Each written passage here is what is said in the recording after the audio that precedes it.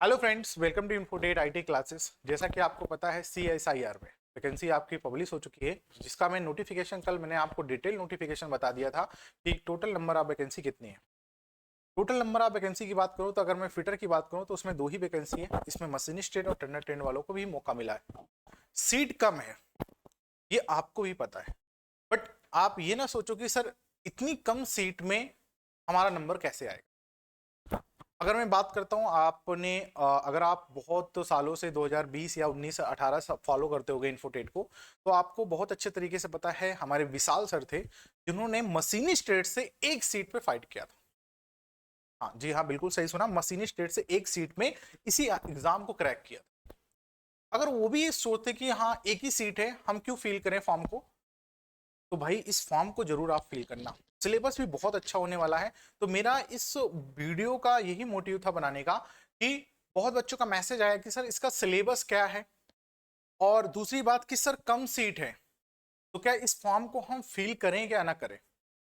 यकीन मानिए, अगर मैं अभी की जो सिनेरियो देखा जाए, जितनी भी पीयूसी कंपनी है, डीआरडीओ, बार्क बार्क डीआरडीओ बार्क इसरो के बाद जो भी आपकी अच्छी अगर ऑर्गेनाइजेशंस हैं आईटीआई वालों के लिए, तो भाई ये बहुत ही अच्छी अपॉर्चुनिटी है आपका, क्योंकि आप साइंटिस्ट के साथ काम करोगे। रिसर्च सेंटर है, इसमें आपकी सैटरडे संडे छुट्टी भी रहती है। जैसे मेरे सर से बात हुई थी, उन्होंने बताया था कि बहुत अच्छी, मतलब ये क्या होता है ना कि आईटीआई की रॉयल वाली जॉब है भाई, उस लेवल की जॉब है। तो इस अपॉर्चुनिटी को छोड़ना मत, बस उसके लिए प्रॉपर तरीके से तैयारी।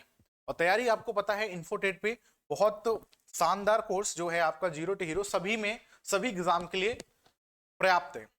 अगर आप टेक्निकल अपना स्ट्रॉन्ग करना चाहते हो या आप नॉन टेक, क्योंकि इसमें वेटेज भी है नॉन टेक का, तो टेक प्लस नॉन टेक दोनों के लिए प्रॉपर तैयारी आपको इन्फोटेट पे कराई जा रही है। अभी जो मैं यहाँ पे पढ़ा रहा हूँ, क्योंकि रिकॉर्डेड चल रही है, बहुत कम समय है। आप इसका एग्जाम होने का, भाई एग्जाम ज्यादा से ज्यादा 2 से ढाई महीने, ठीक है। आप 2024 के जितने भी पेपर देखोगे मात्र 2 से ढाई महीने में पेपर आपका आराम से करवा रहे हैं, चाहे कोई भी आपका संस्था आपका पेपर करा रहे हैं, ठीक है। तो अभी जाके ज्वाइन हो सकते हो अपनी प्रिपरेशन सभी एग्जाम के लिए। जो भी आप सोच रहे हो 2024 या 2025 में आप कमी वैकेंसी के बारे में सोच रहे हो, तो ये कोर्स आप ज्वाइन कर लो, जहां आपका बेसिक टू हाई कंप्लीट हो जाएगा फाउंडेशन के साथ। बाकी चैप्टर वाइज निम्मी के मोस्ट इंपोर्टेंट क्वेश्चंस सारे कुछ आपको इंक्लूडेड है यहाँ पे, ठीक है। अब बात करते हैं सर सिलेबस क्या है। सिलेबस को बहुत अच्छे तरीके से समझना भाई। अगर आपने सिलेबस और एग्जाम पैटर्न अच्छे से समझ लिया और उसके अकॉर्डिंग तैयारी कर ली, तो आपकी 50% तैयारी वहीं पे हो जाती है। बहुत बच्चे ऐसे होते हैं जो फॉर्म फिल कर देते हैं, बट सिलेबस को उनको नहीं पता। उनको बाद में पता होता है जब उनके पास एडमिट कार्ड आ जाता है, और उनको तब पता चलता है कि हाँ भाई ये सिलेबस पे पूछा जाता है। अगर आप सिलेबस के अकॉर्डिंग आप तैयारी करोगे, तो आपका 100% जो आपका गोल है ना, एक वैकेंसी पे गोल है, अगर 2 वैकेंसी पे गोल है, तो आप 100% यार उस गोल को अचीव कर लोगे, ठीक है। तो सिलेबस क्या है, ध्यान से सुनो, देखो ध्यान से। स्टेज 1 होने वाला है पहली बात तो, और स्टेज 1 में आपका ट्रेड टेट और स्किल टेस्ट होने वाला। पहला जो होगा ना, कोई रिटर्न क्वालिफाई होगा, only for stage 1 trade test और स्किल टेस्ट होगा। जब आप फॉर्म फिल करोगे तो आपकी स्क्रीनिंग होगी, तो उसमें सबसे पहले जिनका नाम, मतलब फॉर्म अगर फिल आपने अच्छे से किया है, नाम आएगा, लिस्ट जारी होगी, तो आपको रिजल्ट जारी करेगा स्टेज 1 के लिए, मतलब कि एडमिट कार्ड जारी करेगा स्टेज 1 के लिए कि भाई हम इन इन बच्चों को बुलाए हैं। और जो आपका स्टेज 1 होने वाला है, जो ट्रेड टेस्ट जिसको प्रैक्टिकल टेस्ट बोलते हैं, ओनली फॉर क्वालिफाई नेचर होने वाला, मतलब इस पे कोई भी आपकी क्या मेरिट बनने वाली नहीं है, ध्यान रखना, ठीक है। लिखा भी है यहाँ पे, ध्यान से लिखो कि the candidate recommended by screening committee will be called for trade test which be will be qualify nature होने वाला। देखो यहाँ पे क्वालिफाई नेचर का मतलब होता है, अगर आप पास कर लिए तो आगे स्टेज में, मतलब गो और नो गो बेसिस होने वाला है, ठीक है। मतलब पास फेल होने वाला, अगर आपने पास कर लिया तो आपको तभी आपको स्टेज 2 जो कि आपका रिटर्न टेस्ट होने वाला है, वहां पे आपको बैठने को मिलेगा। अब बहुत बच्चों को माइंड में आएगा सर स्टेज 1 हमें नहीं आता, हमें स्किल टेस्ट नहीं आते, तो हम कैसे। तो भाई उसका भी उपाय है हमारे पास। जैसे आपको पता है बार्क हो गया, डीआरडी हो गया, या डिफरेंट डिफरेंट एग्जाम में हमारे यहाँ स्किल टेस्ट बच्चे सीखने के आते हैं। तो अगर आप फिटर से हो, आपको नहीं पता कि हम सर स्किल टेस्ट में क्या पूछा जाता है, कैसे जॉब बनाएंगे कम समय में, तो उसके लिए भी हमारे पास है, आप आ सकते हो हमारे, जो कि गाजियाबाद आपका सेंटर है। तो आप वहां आके अपनी ट्रेड टेस्ट और प्रैक्टिकल टेस्ट, मतलब स्टेज 1 की तैयारी आप प्रॉपर तरीके से कर सकते हो, ठीक है। आगे आइए, अब स्टेट 2, जब आप यहाँ पे गो चले जाओगे मतलब क्वालिफाई हो जाओगे तो स्टेट 2, ठीक है। और स्टेट 2 बहुत ही इंपॉर्टेंट होने वाला है, क्योंकि स्टेट 2 से ही आपकी क्या मेरिट डिसाइड होगी, आपके मतलब कि आपकी मेरिट बनेगी, ठीक है। और स्टेट 2 देखो, मोड ऑफ एग्जामिनेशन आपसे OMR बेस हो सकता है और कंप्यूटर बेस, मतलब दोनों टाइप से हो सकते हैं, ऑब्जेक्टिव टाइप क्वेश्चन यहाँ से पूछे जाएंगे, ठीक है। मीडियम क्या है क्वेश्चन का, दोनों लैंग्वेज में, आप हिंदी हो इंग्लिश में हो, दोनों लैंग्वेज में आपको दिया जाएगा, पेपर आएगा, ठीक है। और स्टैंडर्ड लेवल क्या होगा, जो कि आपने 10वीं प्लस ITI की जो स्टैंडर्ड लेवल होता है वहां से पूछा जाएगा। टोटल नंबर ऑफ क्वेश्चन जो कि आपका स्टेट 2 में पूछे जा रहे हैं 150 क्वेश्चन पूछे जा रहे हैं, और उसके लिए टाइम जो अलॉट दिया जा रहा है 2 आवर 30 मिनट, मतलब 2.5 घंटे आपको दिया जा रहा है, ठीक है। ये हो गया स्टेट 2 की बात। अब आते हैं स्टेट 2 में पेपर 1।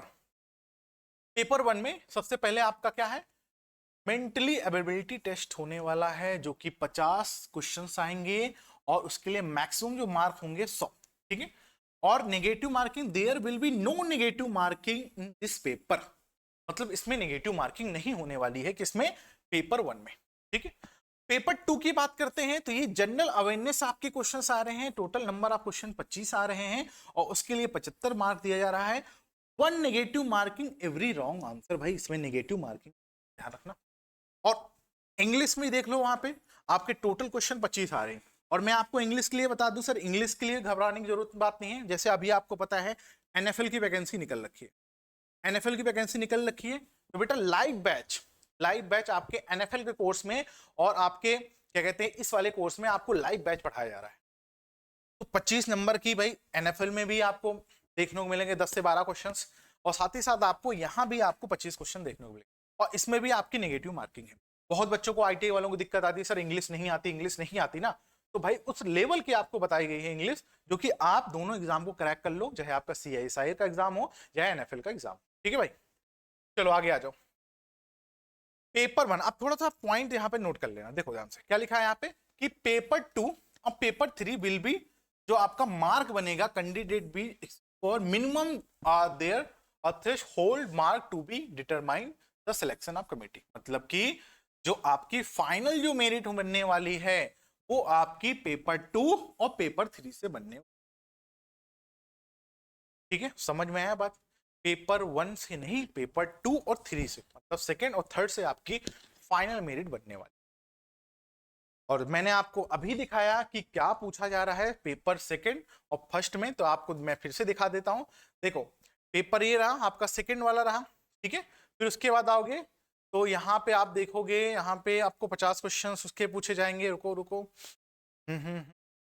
मेंटल इंग्लिश लैंग्वेज, और एक मिनट पेपर, हाँ बिल भी, हाँ पेपर 3, और पेपर 3 में आपके 50 क्वेश्चन आपके क्या आने वाले हैं, ट्रेड से भी आने वाले हैं, ठीक है भाई।